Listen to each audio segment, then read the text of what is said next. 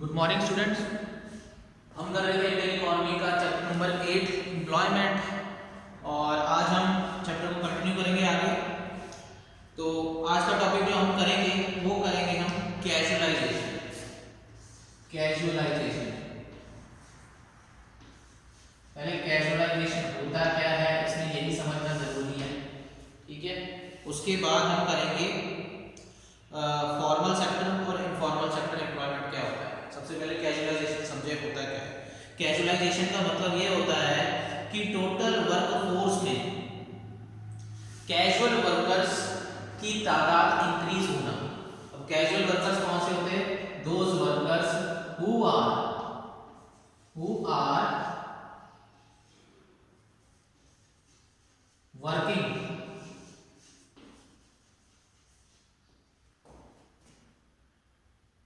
Working under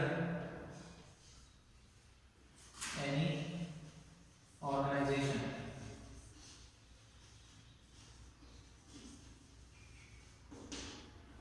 जिनको हम normal cases में हायर्ड वर्कर भी कह लेते हैं।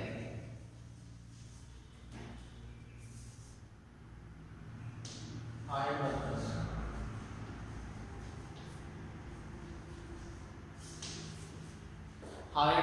जो किसी के अंडर काम करते हैं, किसी इंस्टीट्यूशन में काम करते हैं, जैसे स्कूल में काम करते हैं टीचर्स, हॉस्पिटल में काम करते हैं डॉक्टर्स हो गए, गवर्नमेंट के अंडर काम करते हैं जो, वो सारे कैजुअल वर्कर्स हैं। तो वर्कफोर्स मैंने बताया था, वर्कफोर्स क्या होती है? वर्कफोर्स वो होती है जिसमें हमने कल पढ़ा था कि जिसमें वो लोग आते हैं जो लोग काम करना चाहते हैं। इकोनॉमी में एक लेबर सप्लाई जिसमें वो लोग आते थे कि टोटल कितनी पॉपुलेशन है, ठीक है। वर्कफोर्स में क्या आता था कि टोटल लेबर फोर्स में से, लेबर फोर्स मतलब वो लोग जो काम कर रहे हैं और करना चाहते हैं, दोनों होते हैं, उसमें से उनको निकाल दो जो काम कर रहे हैं, those who are not working, ठीक है। तो वो हमारे पास जो बच गया वो वर्क फोर्स है, मतलब टोटल लेबर फोर्स है हमारे पास मान लो 50,000 में से 40,000 लोग काम कर रहे हैं, नहीं 10,000 लोग काम नहीं मिल रहा 10,000 लोगों को, तो कितने बच गए? 40,000। तो 40,000 हमारी वर्क फोर्स है। अब इन 40,000 में से हम कह दें कि करीब 15,000 जो है वो ऐसे हैं जो हायर वर्कर हैं। तो ये हायर वर्कर्स कौन से हैं? कैजुअल वर्कर्स है। अब मान लो थोड़े टाइम बाद 15,000 से ये इसमें 5,000 और बढ़ गए, तो 5,000 इंक्रीज हो रहे हैं हायर वर्कर। इसे कहते हैं कैजुअलाइजेशन, कि कैजुअल वर्कर्स की तादाद वर्कफोर्स में इंक्रीज होना, कैजुअल वर्कर्स धीरे धीरे इंक्रीज होना, उसे कहते हैं कैजुअलाइजेशन। इसमें यही है ज्यादा समझने के लिए कि कैजुअलाइजेशन होता क्या है। इसके बाद अगली चीज ये आती है कि कैजुअलाइजेशन नॉर्मल केसेस में देखा जाए रूरल एरिया से ज्यादा अर्बन एरियाज में होता है। कैजुअलाइजेशन कहां पर होता है? ये अर्बन एरियाज में होता है, शहरी इलाकों में होता है। क्यों होता है अर्बनाइजेशन अर्बन एरियाज में casualisation?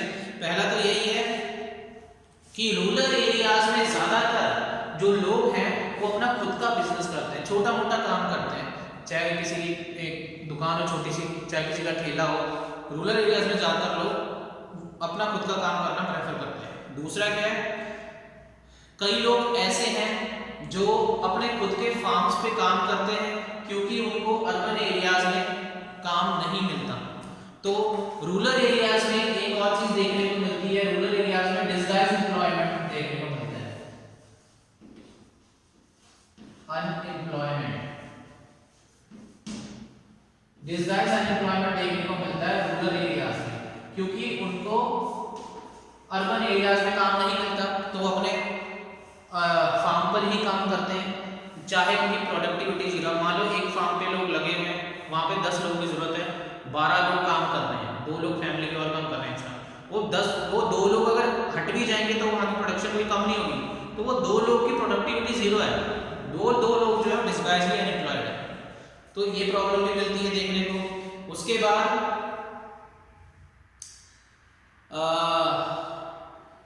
taking a chance for opportunity, these marginal workers tend to migrate to urban area and more often they get employment only casual workers.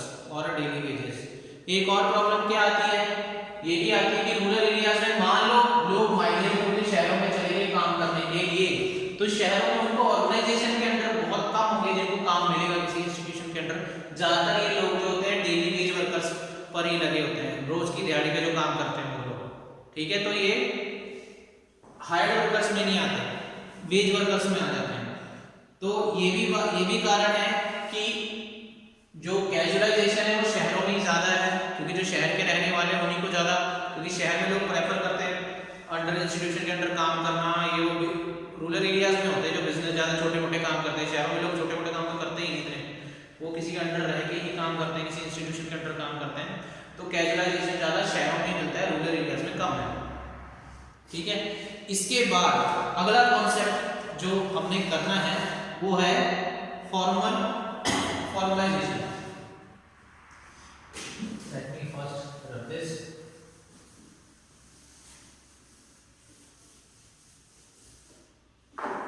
अगला कॉन्सेप्ट है इनफॉर्मलाइजेशन।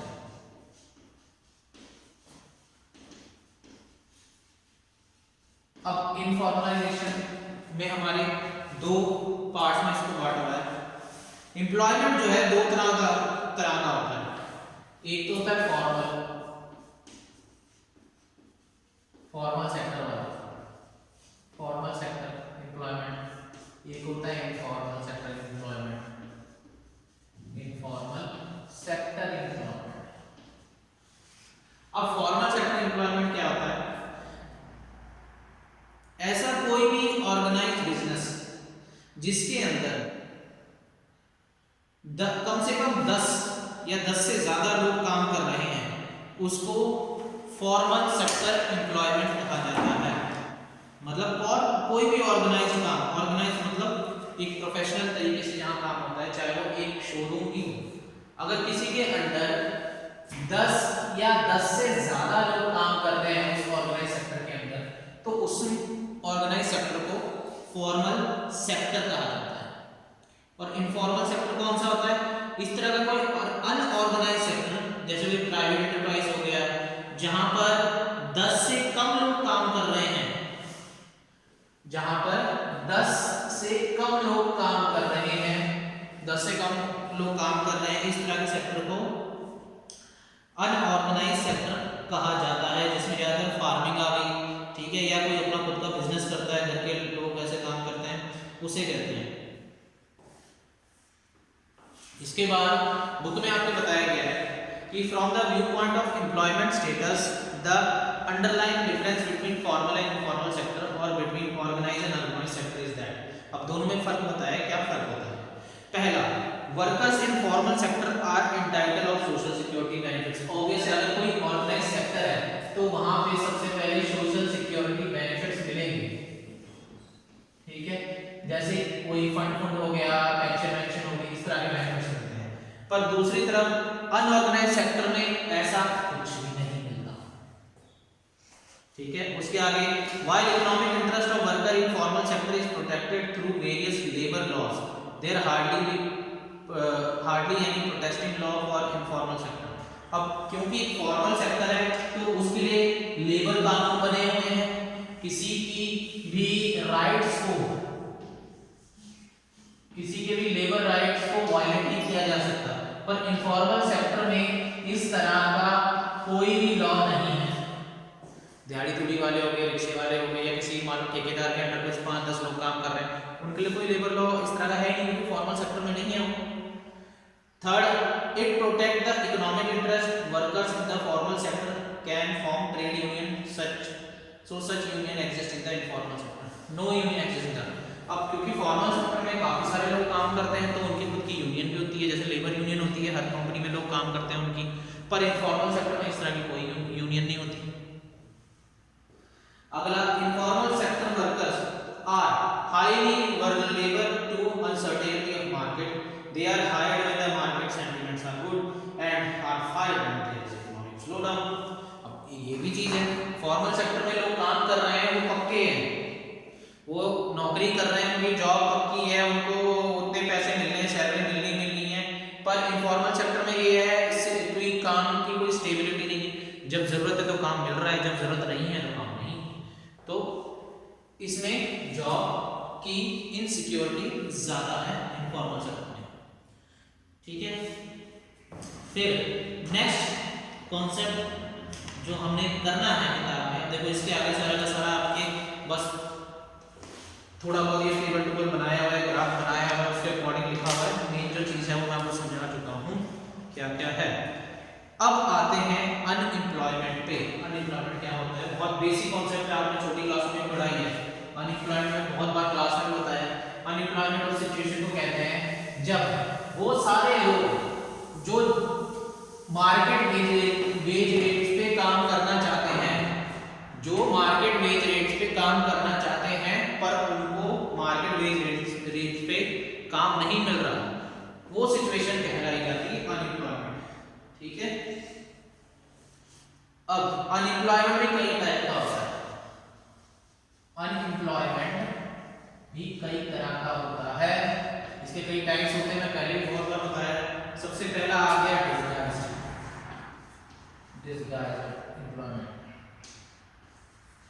डिसगाइज अभी मैं बता के हटा, डिसगाइज एम्प्लॉयमेंट ज्यादा agriculture sector में मिलता है, जहां पे जितने लोगों की जरूरत है उससे ज्यादा लोग काम करते हैं, तो जो एक्स्ट्रा लेबर होती है वो होती है डिसगाइज एम्प्लॉयमेंट, जिनकी प्रोडक्टिविटी जीरो होती है। उसके बाद आ गया सीजनल अनएम्प्लॉयमेंट। ऑब्वियस है, ये भी नाम से क्लियर है कि कुछ इस तरह के पर्टिकुलर सीजन होते हैं जब काम ज्यादा होता है तब एम्प्लॉयड है लोग, जब काम नहीं है तब लोग अनएम्प्लॉयड है। इस तरह का देखने के लिए बहुत मिलता है हमारी कंट्री में। उसके बाद बस ये दो ही आपको किताब में बताए गए, अनएम्प्लॉयमेंट पे डिसगाइज अनएम्प्लॉयमेंट, सीजनल अनएम्प्लॉयमेंट। इसके बाद आगे कॉजेस कि कंट्री में अनएम्प्लॉयमेंट है तो इसके कारण क्या है, what are the causes behind that unemployment. सबसे पहला कारण तो यही है कि हमारी इकोनॉमिक ग्रोथ जो है वो स्लो है, slow economic growth. Economic growth जिस स्पीड से होनी चाहिए वैसी नहीं है, जिस वजह से लेबर जो है हमारे देश में उसको प्रॉपर वर्क नहीं मिल पाता, जॉब अपॉर्चुनिटीज नहीं क्रिएट होती। अगला कारण है rapid growth of population. Population बढ़ती जा रही है, पॉपुलेशन की ग्रोथ रेट इकोनॉमी की ग्रोथ रेट से ज्यादा है, तो इसीलिए सबको जॉब देना धीरे धीरे नामुमकिन होता जा रहा है क्योंकि हमारी ग्रोथ रेट नहीं हो रही। फिर एग्रीकल्चर,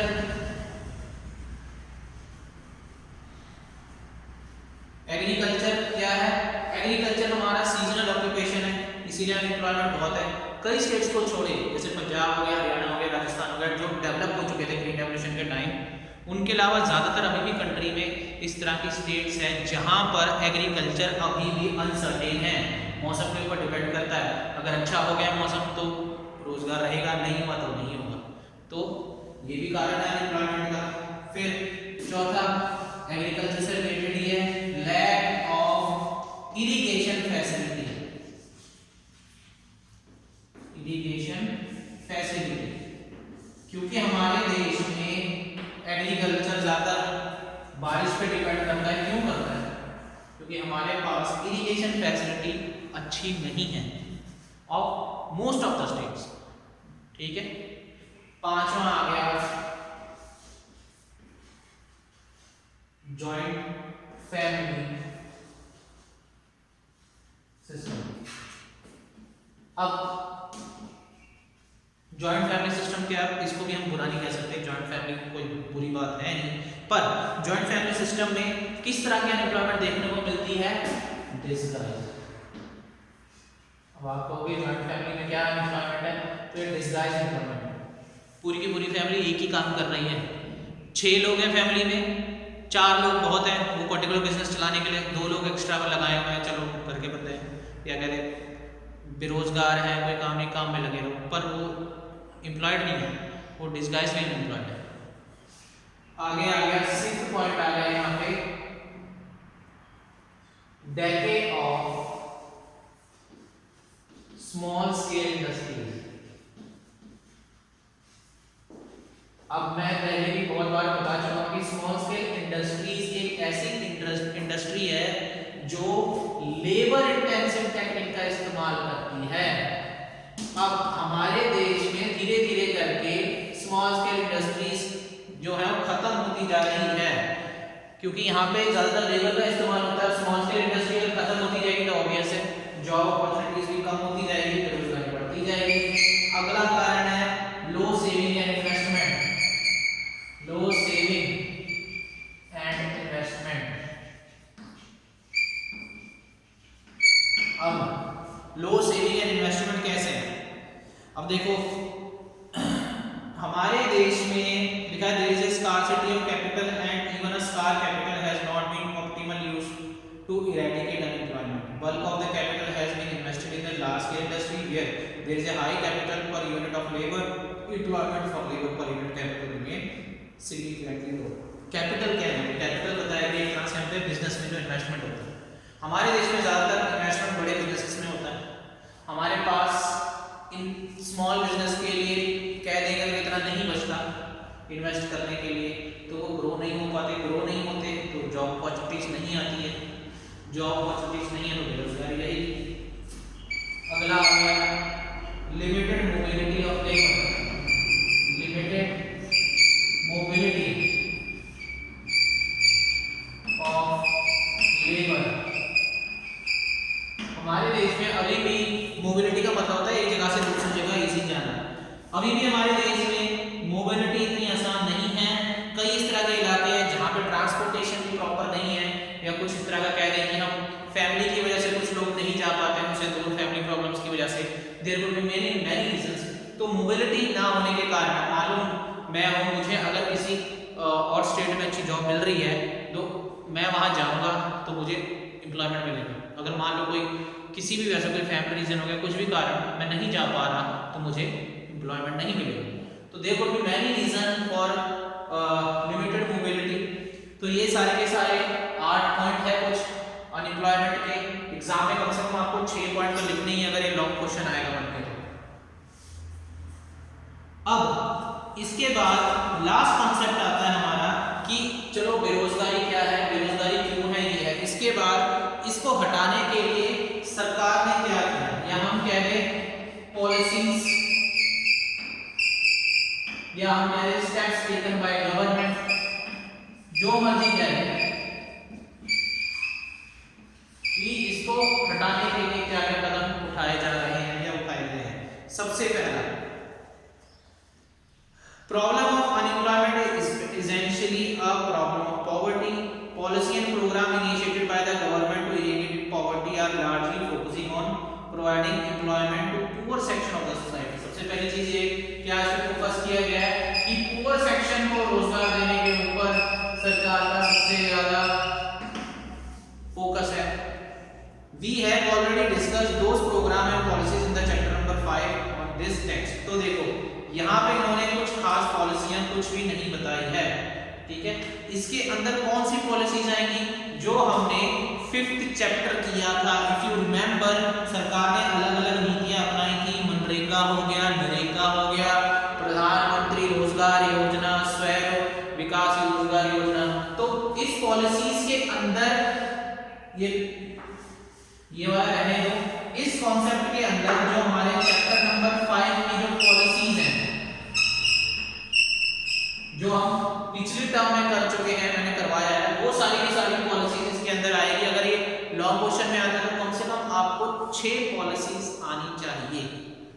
मनरेगा, नरेगा, प्रधानमंत्री स्वयं रोजगार योजना, शहरी विकास रोजगार योजना, इस तरह की योजनाएं जो थी रोजगार के लिए, वो सारी की सारी हमने करी हुई है, तो वो इसके अंदर करनी है। ये जो भी अगर कहीं सरकार ने क्या कदम उठाए या कौन कौन सी पॉलिसीज है जो सरकार ने अपनाई है, तो उसके अंदर चैप्टर नंबर 5 में जो पॉलिसीज दी हुई हैं वो सारी की सारी कर दी है। सो that was all in this chapter employment, chapter number 8। सारे के सारे कॉन्सेप्ट जो पढ़ने वाले, जो समझने वाले, मैं सब आपको करवा चुका हूँ।